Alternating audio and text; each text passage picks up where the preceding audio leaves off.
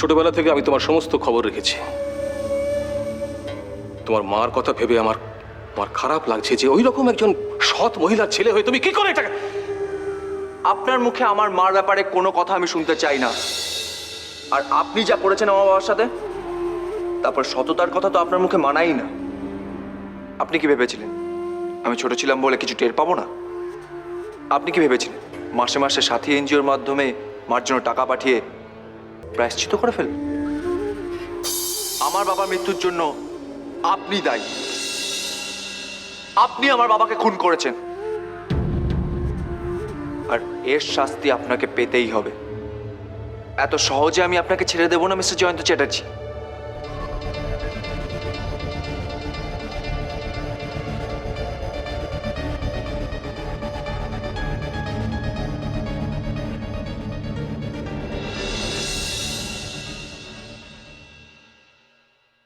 ও নতুন কাকি চালো না।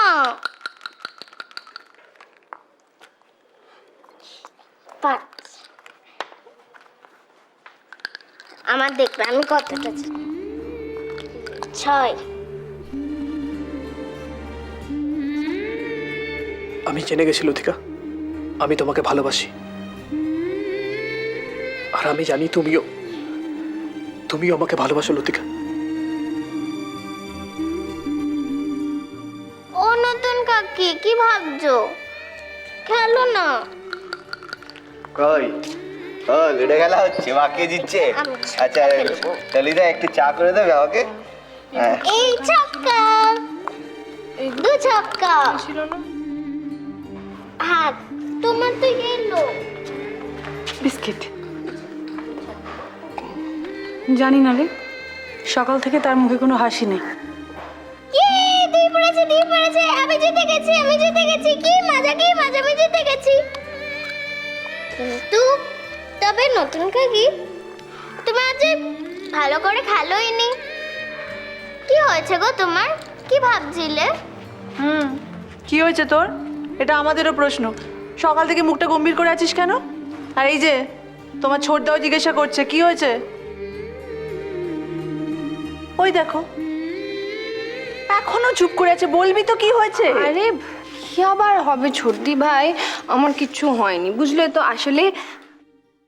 আসলে ওই আমি ভাবছিলাম বুঝলে তো, এতদিন পরে ওর সাথে দেখা হবে, তাই একটু ওর কথা ভাবছিলাম আর কি বুঝলে তো। মানে ওর কার ওর ছোটদা তুমি না, সত্যি আমার ও আর কি হবে বলো, আমার বর।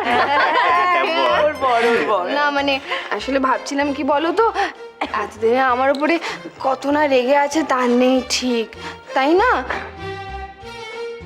মানে এতগুলো দিন তোকে ছাড়া ছিলাম, কি করে রাগ ভাঙাবো তাই ভাবছি।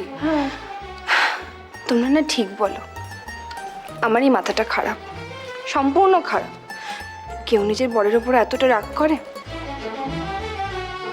কোথায় বাড়ি ফিরলে মুখের সামনে এক কাপ গরম চা এগিয়ে দেবো তা না, ঝগড়াঝাটি।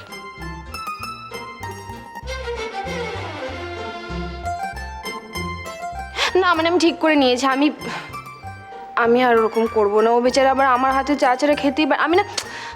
আমি ফিরে যাবো, আমি ওকে ভীষণ মিস করছি, আমি ফিরে যাবো। হ্যাঁ ফিরে যাবি মানে কি? মানেটা কি? ফিরে যাব মানে দিদিভাই আমাকে ফিরে যেতেই হবে, তোমরা আমাকে আর আটকেও না বুঝলে তো। শুধু ওর কথা ভাবছি যে ও তো আমার হাতে চা ছাড়াও দিনটাই পুরো হয় না, দিনটা পুরো মাটি হয়ে যায়। আমি মানে সত্যি আমি গিয়ে সবার আগে ওকে এক কাপ সুন্দর চা খাবো। তিনটা মাটি হয়ে যায়? তাহলে তো নিশ্চয়ই এতদিনে এই এত একটা বিশাল মাটির পাহাড় তৈরি হয়ে গেছে। না মানে অনেকদিন তো এসছে তুমি শ্বশুর বাড়ির থেকে, তাই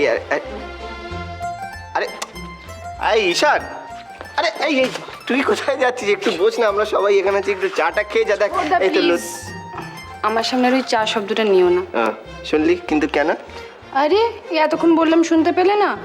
চা শব্দটা বললেই তো আমার নিজের বরের কথা মনে হচ্ছে। ভীষণ মন খারাপ লাগছে গো, এতদিনে হয়তো এক কাপও চা খাইনি। ভাবা যায় তোর বর তোকে এত ভালোবাসে লতিকা? হ্যাঁ গো, এত ভালোবাসে। আসলে জানো আমরা দুজন দুজনকে খুব ভালোবাসি। তুমি তো জানো আমি ওকে কত জানি তো, জানি। এত ভালোবাসি যে আমাদের মধ্যে না ছোট ছোট ব্যাপারে বড় বড় ঝগড়া হয়ে যায়। কিন্তু ঝগড়ার পরে যখন আবার ভাব হয় তখন হ্যাঁ তখন কি? হ্যাঁ হ্যাঁ, কি কি কি করো কি? আরে বাবা বল না, তখন মানে তারপরে কি করি? কি বল? করিস বল? কি তখন আমরা করি, আমরা স্কুটার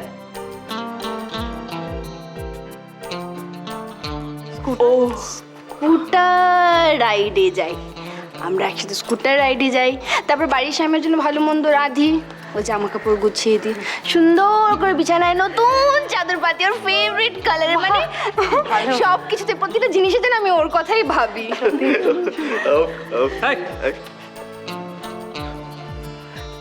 করছি করছি বাবু, তুই আমার সাথে চল, তুই আমার সাথে চল, আমি তোকে তাসের ম্যাজিক শেখাবো। হ্যাঁ চল। কারোর তো কাণ্ড জ্ঞানী নেই, একটা বাচ্চা মেয়ে বসে আছে, তার সামনে ঘটা করে বরের কথা, লজ্জাও করে। চল।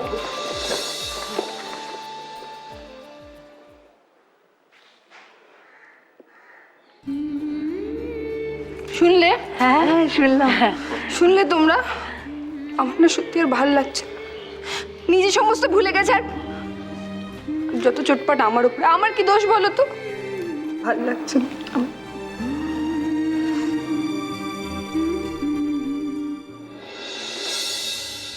বিশ্বাস করি না, আমি আপনার একটা কথাও বিশ্বাস করি না। রাজরূপ, তোমার বাবা আত্মহত্যা করেছিলেন। তদন্তে প্রমাণ হয়েছিল যে অনেক টাকা তছনছ করেছেন, প্রমাণ হয়েছিল। নিজে থাকলে ওনাকে লম্বা জেল খাটতে হতো। এই কোম্পানি লাটে ওঠার উপক্রম হয়েছিল। তোমার মা যদি কখনো কথা বলতে পারেন তাহলে সত্যিটা যাচাই করে নেবার সুযোগ পাবে তুমি। আমার মার যে অবস্থা আজ, এর জন্য তোমার বাবা দায়ী। তোমার মা তার স্বামীর এই অধঃপতনটা মেনে নিতে পারেননি। আপনি মিথ্যা কথা বলছেন, এটা হতে পারে না। বিশ্বাস না করাই ভালো। মা বাবার জন্য সবসময় ছেলে মেয়েদের মনে শ্রদ্ধার আসন থাকা উচিত। কিন্তু রাজরূপ, আমি যা বলছি সব সত্যি সত্যি। আচ্ছা, আমার আমার আমার কি লাভ মিথ্যে বলে? অধীর আমার খুব ভালো বন্ধু, তার স্ত্রী, তার ছেলে মেয়ে তো আমার আমার আত্মীয়ের মতো। হ্যাঁ, এটা ঠিকই যে মাঝে একটা দুর্ভাগ্যজনক ঘটনা ঘটে গেছে, কিন্তু রাজরূপ, আমি সেদিনও তোমাদের যেরকম ভালো চাইতাম আজও তাই চাই। তোমাকে কাজে নেওয়ার সিদ্ধান্তটা আমার জেনে শুনে নেওয়া। তার মানে আপনি প্রথম থেকে সবকিছু জানতেন? আমার বিদেশ যাবার পরিকল্পনাটাও তোমার জন্য করা। ভেবেছিলাম যে আমার সঙ্গে থেকে কাজকর্ম শিখে তুমি এখানকার সবকিছু সামলে নিতে পারবে। তোমার অজান্তে আমি তোমাকে পরীক্ষা করতে চেয়েছিলাম রাজরূপ, আর তুমি সেই পরীক্ষায় ব্যর্থ হয়েছ।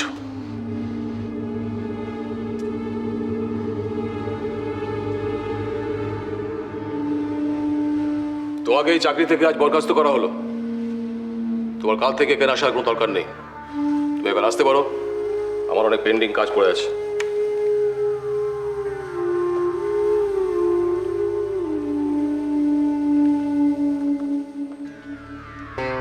কাহিনী এখনো শেষ হয়নি মিস্টার চ্যাটার্জি। এত সহজে আমি আপনাকে ছাড়বো না। আপনি যেই ক্ষতিটা আমাদের করেছেন সেই ক্ষতিপূরণ আপনাকে দিতেই হবে।